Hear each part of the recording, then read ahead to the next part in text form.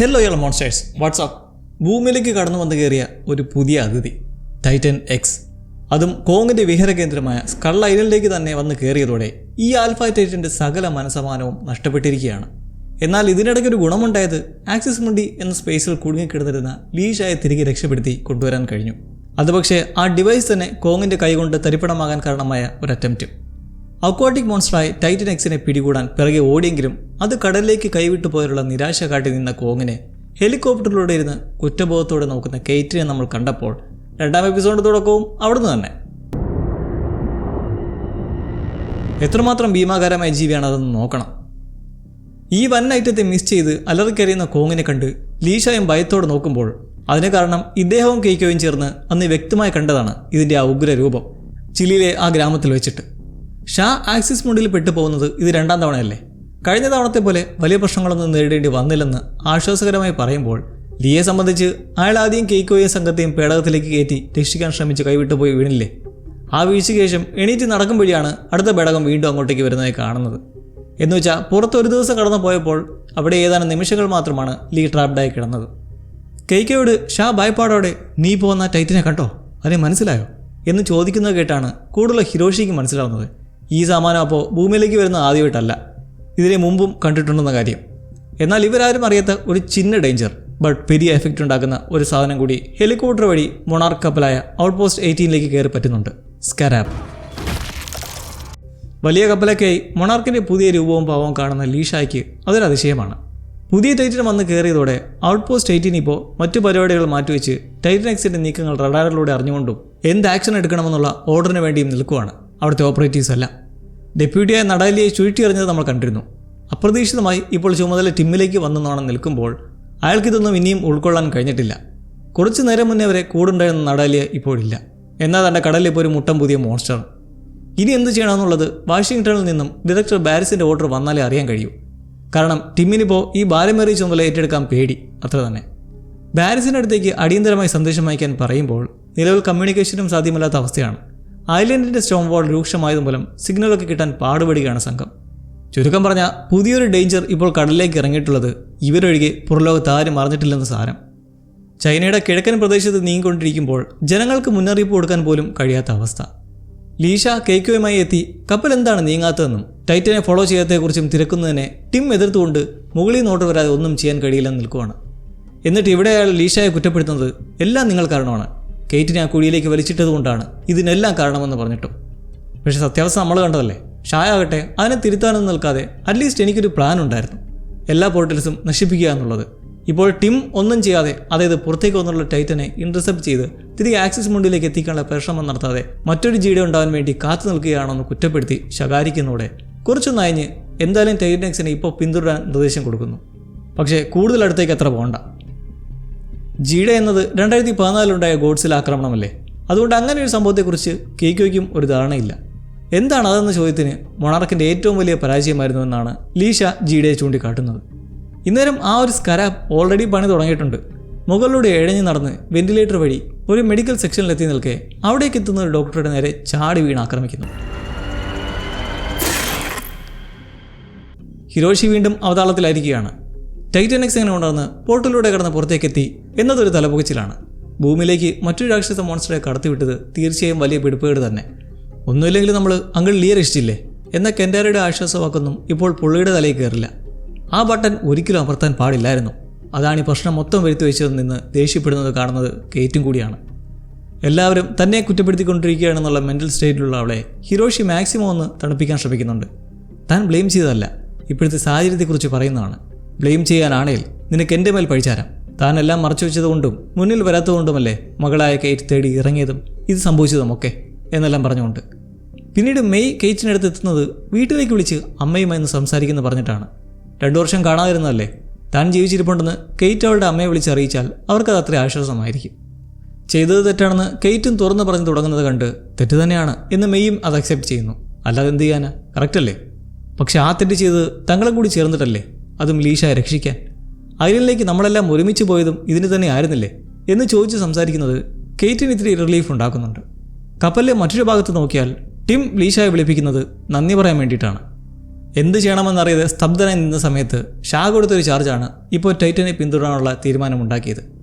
സിഗ്നലൊക്കെ വീണ്ടും സെറ്റായി വാഷിംഗ്ടണിലേക്ക് റിപ്പോർട്ട് ചെയ്ത വഴി ഡയറക്ടർ ബാരിസിൻ്റെ ഓർഡറും ഇപ്പോൾ അതുതന്നെ. മറ്റെല്ലാ പരിപാടികളും മാറ്റിവെച്ച് ഈ മ്യൂട്ടോയെ മാസീവ് അൺഐഡൻറ്റിഫൈഡ് ടെറസ്ട്രിയൽ ഓർഗാനിസം അതിനെ പിന്തുടരുക. ടീമിനുള്ളിലെ ചുമതലകളോടുള്ള ഒരു അറപ്പിനെ ഷാ മനസ്സിലാക്കി പ്രചോദിപ്പിക്കാൻ ശ്രമിക്കെ വേറൊരു റിപ്പോർട്ട് കൂടിയുണ്ട് മുകളിൽ നിന്ന്. ഷാ തിരിച്ചെത്തിയതായി മനസ്സിലാക്കിയതോടെ എത്രയും പെട്ടെന്ന് അറസ്റ്റ് ചെയ്ത് ഉള്ളിലാക്കി ചോദ്യം ചെയ്യൽ നടത്താൻ. എന്നാൽ ടിം ആ ഒരു പേപ്പർ ചുരുട്ടിക്കൂട്ടി കളയുകയാണ് ചെയ്യുന്നത്. ഈ സാഹചര്യത്തിൽ ഷായെ കൂടെ നിർത്തിയില്ലെങ്കിൽ ശരിയാവില്ലെന്ന് നല്ലോണം അറിയാം അയാൾക്ക്. ടൈറ്റൻ എക്സ് നീന്തി തുടിച്ചങ്ങനെ പോയിക്കൊണ്ടിരിക്കുകയാണ്. എന്നാൽ അതിൻ്റെ വേഗത കൂടുന്നത് അടുത്ത വെല്ലുവിളിയും. ഒരു നിശ്ചിത ദൂരം അകലത്തിൽ പിന്തുടർന്നുകൊണ്ടിരിക്കുന്ന മൊണാർക്ക് ഷിപ്പിനെ മനസ്സിലാക്കിയത് കൊണ്ടാണോ എന്നറിയില്ല. പക്ഷേ ഇപ്പോൾ ആ മോൺസ്റ്ററുടെ വേഗം കൂടുമ്പോൾ നിലവിൽ എക്സ്ട്രാ ബൂസ്റ്റ് കൊടുത്ത് 110% വേഗത്തിൽ ഓടുന്ന കപ്പലിൻ്റെ വേഗം വീണ്ടും കൂട്ടാൻ ലീ ആവശ്യപ്പെടുകയാണ്. ഹീറ്റ് മെയിൻറ്റെയിൻ ചെയ്തുകൊണ്ടേ സ്പീഡ് ചേഞ്ച് ചെയ്യാൻ കഴിയുള്ളൂ. നിലവിൽ വീണ്ടും സ്പീഡ് കൂട്ടുന്നത് കപ്പലിനെ തന്നെ റിസ്കിലാക്കാൻ സാധ്യതയുള്ളതുകൊണ്ട് ഓപ്പറേറ്റീവ്സും ടീമും അതിനെ എതിർക്കുകയാണ് ചെയ്യുന്നത്. കപ്പലിലെ 200ഓളം പേരുടെ ലൈഫ് വെച്ചിട്ട് കളിക്കാൻ തയ്യാറല്ല. എന്നാൽ എന്ത് വില കൊടുത്തും ആ ടൈറ്റനെ വിട്ടുകളയാൻ നോക്കാനാണ് ലീഷയുടെ സ്റ്റേറ്റ്മെൻറ്റ്. ഇതിനിടയ്ക്ക് അടുത്ത പ്രശ്നം ആ ടൈറ്റൻ എക്സിൻ്റെ സഞ്ചാരപാതയിൽ അധികം ദൂരമല്ലാതെ കുറേ നാവിക കപ്പലിൻ്റെ പാസിംഗ് സോണും. 13 കപ്പലുകളിലായി 100ഓളം നാവികരെങ്കിലും ഉണ്ടാകും. അങ്ങനെ അവിടെ ഒരു സിറ്റുവേഷൻ ഉണ്ടാവുകയാണ്. ഇതെല്ലാം കണ്ടു നിൽക്കുന്ന കെയ്ക്കോ കൺഫ്യൂസ്ഡായി ചോദിക്കുന്നൊരു കാര്യം, എന്താണിപ്പോൾ മൊണാർക്കിൻ്റെ മിഷൻ, ദൗത്യം എന്നാണ്. കാരണം കുറച്ചു മുന്നേ ടിമ്മും ലീഷായും തമ്മിലുള്ള തർക്കത്തിൽ ലീഷ മിഷേലുമായി ചേർന്ന്, മിഷേലിനെ ഓർമ്മയുണ്ടല്ലോ, മൊണാർക്കിലെ ഒരു ഏജന്റ്, 99-ൽ സഹോദരി നഷ്ടപ്പെട്ടതിന് ശേഷം മൊണാർക്കിൻ്റെ പ്രവർത്തനങ്ങളിൽ വിയോജിപ്പുണ്ടായി ഒടുവിൽ ലീഷായ്ക്ക് നേതൃത്വം നൽകി എല്ലാ പോർട്ടലുകളും, അതായത് വൈൽഡ് വോർട്ടെക്സ് മൊത്തം കണ്ടുപിടിച്ച് നശിപ്പിക്കാൻ ഇറങ്ങി തിരിച്ചതൊക്കെ ആദ്യ സീസൺ വീഡിയോയിൽ കണ്ടില്ലേ. അങ്ങനെ ഈ മിഷേലുമായി ഇറങ്ങി തിരിച്ച് നടത്തിയ പ്രവർത്തനങ്ങളെല്ലാം മൊണാർക്കിനെ തഴഞ്ഞുകൊണ്ടായിരുന്നു എന്നും ലോകത്തെ തന്നെ അപകടത്തിലാക്കുന്ന പരിപാടിയായിരുന്നു അതെന്നും ടിം പറഞ്ഞത് കെയ്ക്കോ കേട്ടിരുന്നു. ഇതേക്കുറിച്ച് തൊട്ടുമുമ്പ് ലീഷയോട് തിരക്കുമ്പോഴാണ് അയാൾ ചുരുക്കി പറയുന്നത് മൊണാർക്കിൻ്റെ രീതി പഴയ പോലെ അല്ലെന്നും താൻ ശരിയെന്ന് കണ്ടത് ഇവർക്ക് റോങ്ങായി തോന്നിയതുകൊണ്ടുണ്ടായ ചില കാര്യങ്ങളാണെന്നൊക്കെ.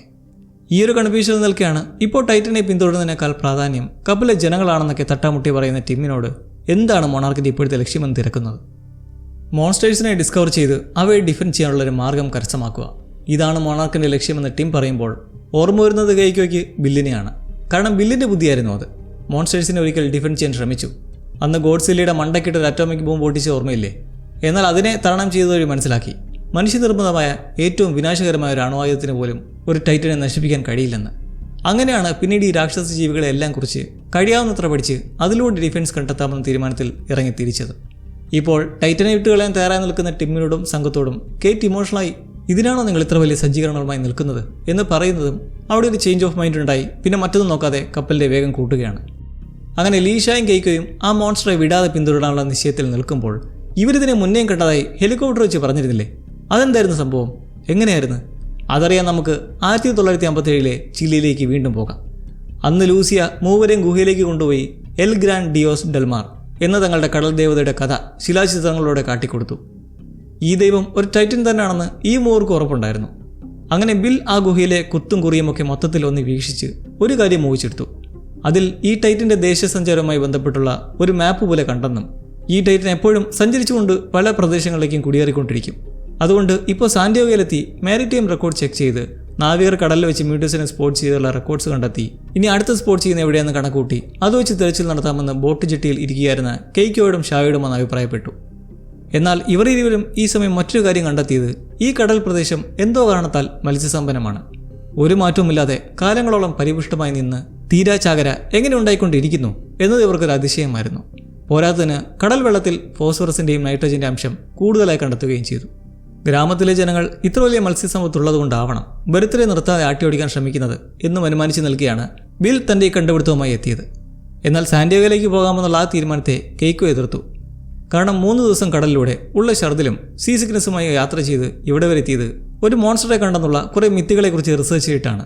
എന്തെങ്കിലും ഒന്ന് പരിശ്രമിക്കാതെ ഇവിടെ വിടുന്നതിനോട് കെയ്ക്കോ നിരാശ പ്രകടിപ്പിച്ചപ്പോൾ ബില്ലിൻ്റെ ബുദ്ധി പോയത് എന്നാൽ നമുക്ക് രണ്ടായിട്ട് പിരിഞ്ഞ് ഗവേഷണം നടത്തി ഒരുമിച്ച് കണ്ടെത്താമെന്നായിരുന്നു. സ്പ്ലിറ്റാവാൻ ബില്ലും തയ്യാറല്ലായിരുന്നു, അതുപോലെ തന്നെ കെയ്ക്കോയും. ഗ്രാമത്തിലെന്തോ നിഗൂഢതയുണ്ട്, അതാണ് അവർ തങ്ങളെ ഇവിടെ നിർത്താത്തതും ഇപ്പോൾ ജലത്തിൻ്റെ ഘടനയിലുള്ള മാറ്റം കണ്ടെത്തിയതിന് പിന്നിലും എന്തോ റീസൺ ഉണ്ടെന്ന് സംസാരിച്ചൊടുവിൽ നടക്കുന്നത്.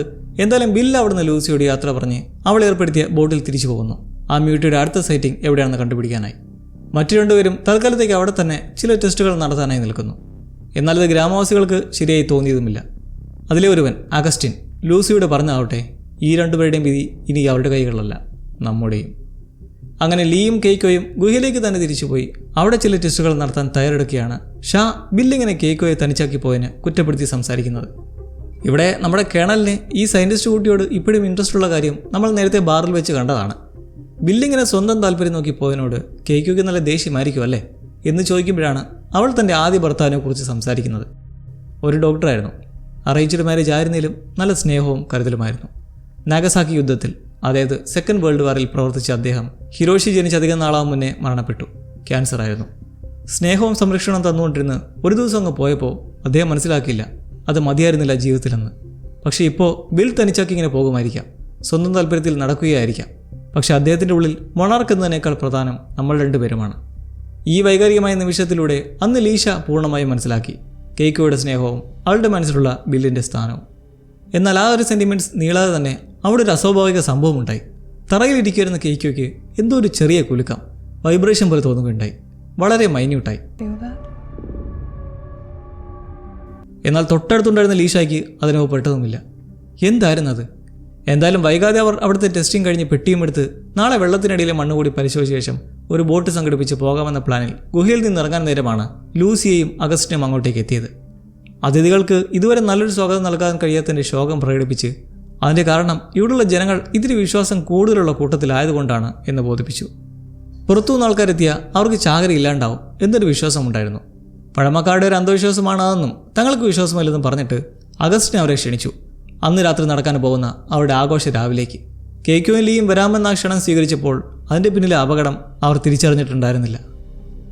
പ്രസൻറ്റിൽ ഈ രണ്ടുപേരും കപ്പൽ വേഗത്തിൽ പായിക്കാനുള്ള സിറ്റുവേഷൻ ഉണ്ടാക്കിയെങ്കിലും മുന്നിലുള്ള ആ മ്യൂട്ടയെ തടയാനോ എന്തെങ്കിലും ചെയ്യാനോ കഴിയുന്ന സംവിധാനം വേണം.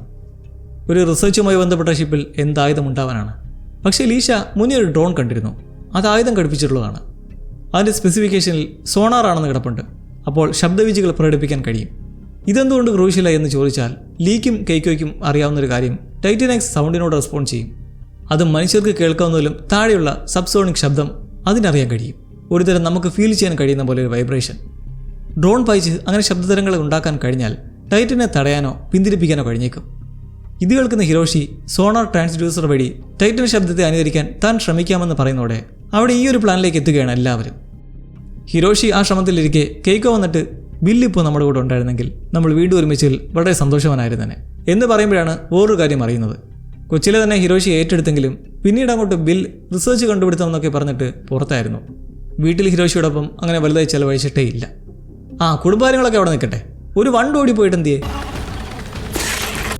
സ്കരാബ് ഡോക്ടറെയും കൊന്ന് ചോരക്കറിയുമായി നീങ്ങി എത്തുന്നത് കെയ്റ്റിൻ്റെ ക്യാബിനടുത്തേക്കാണ്.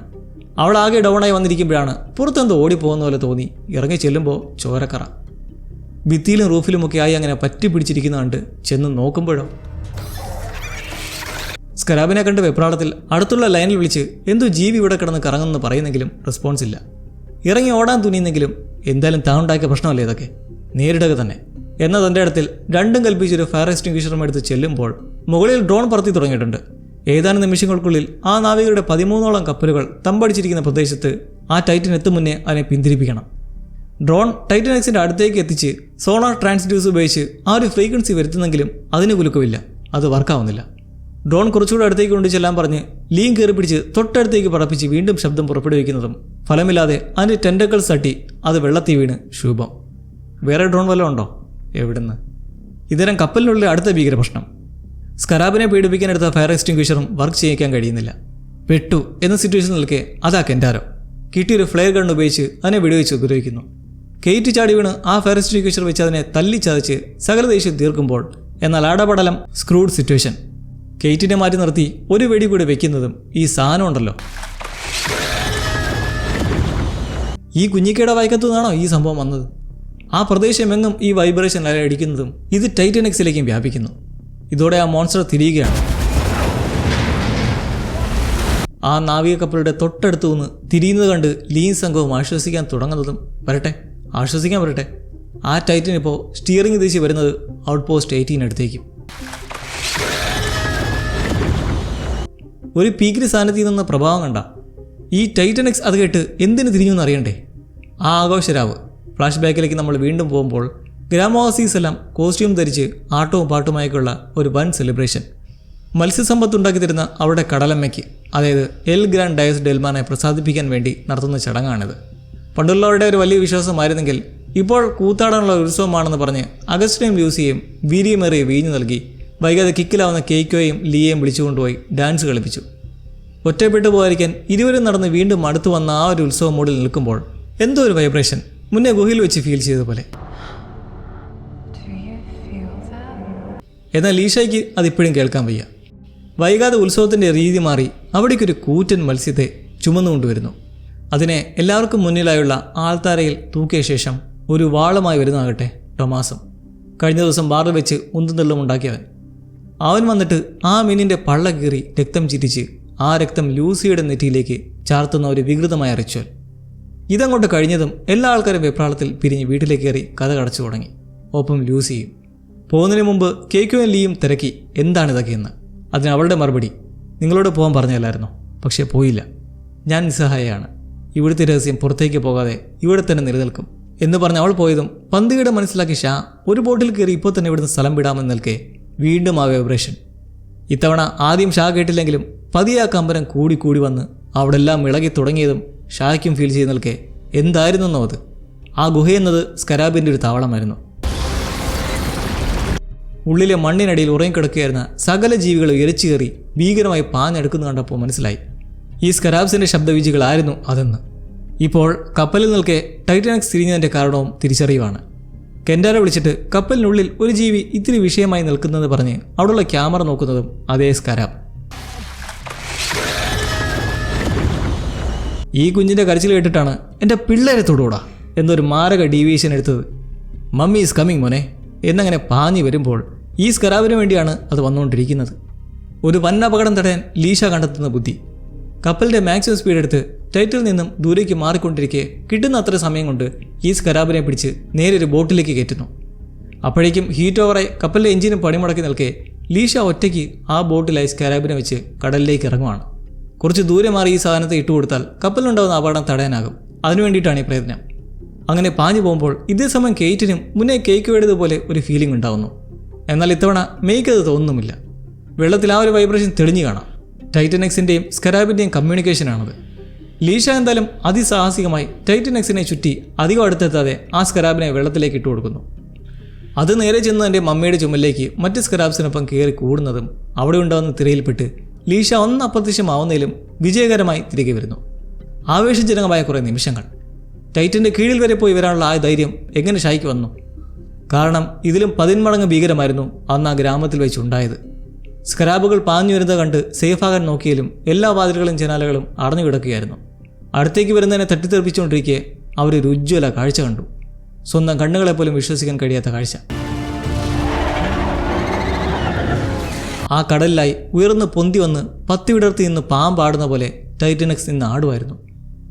അമ്മയെ കണ്ട കുട്ടികൾ ഓടിയെടുക്കുന്ന പോലെ സ്കരാബുകളെല്ലാം വെള്ളത്തിലേക്ക് ചാടി നീന്തിയപ്പോൾ ഇന്നേരമായ ടൈറ്റൻ്റെ ശരീരം ചാർജ് ആവുന്ന പോലെ ചുവന്ന് തൊടുത്തു.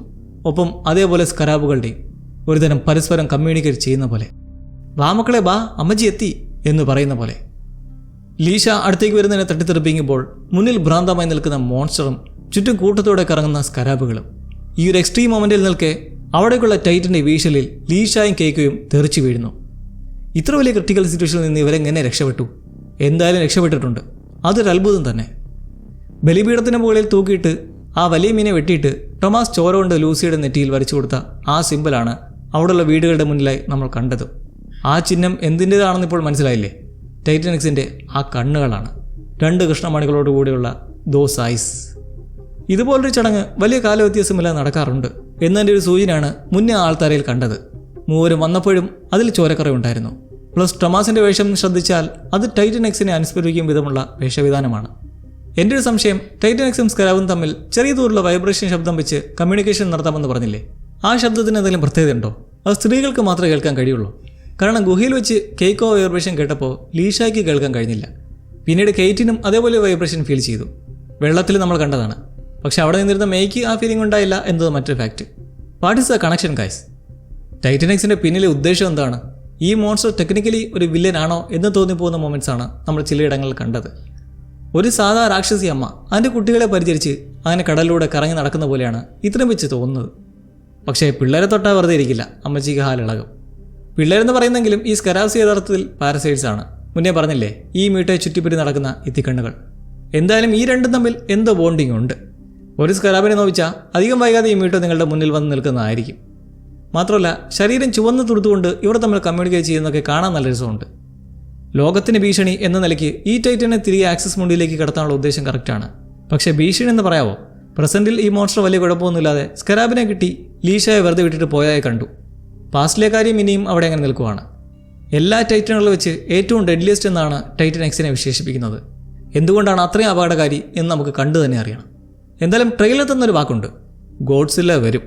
കോങ്ങുമൊത്തൊരു വൻ ഫൈറ്റ് ടൈറ്റൻ എക്സ് നടത്തും, അതും സ്കൾ ഐലൻഡിൽ വെച്ചിട്ട്.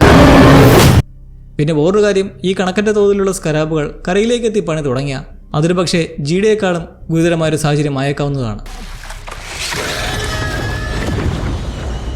സ്കരാബിൻ്റെ വായിൽ നിന്ന് വന്ന ആ സോണിക് ബ്ലാസ്റ്റ് അപ്രതീക്ഷിതമായ ഒന്നായിരുന്നു, ശരിയല്ലേ? നിങ്ങൾക്ക് ഇതുപോലെ പ്രതീക്ഷിക്കാവുന്ന എപ്പിസോഡിലെ മറ്റൊരു മൊമെൻ്റ് ഏതാണ്? Shoot your thoughts lovelies. പുതിയൊരു എക്സ്പീരിയൻസുമായി വീണ്ടും കാണാം. Take care. ശുഭമസ്തു.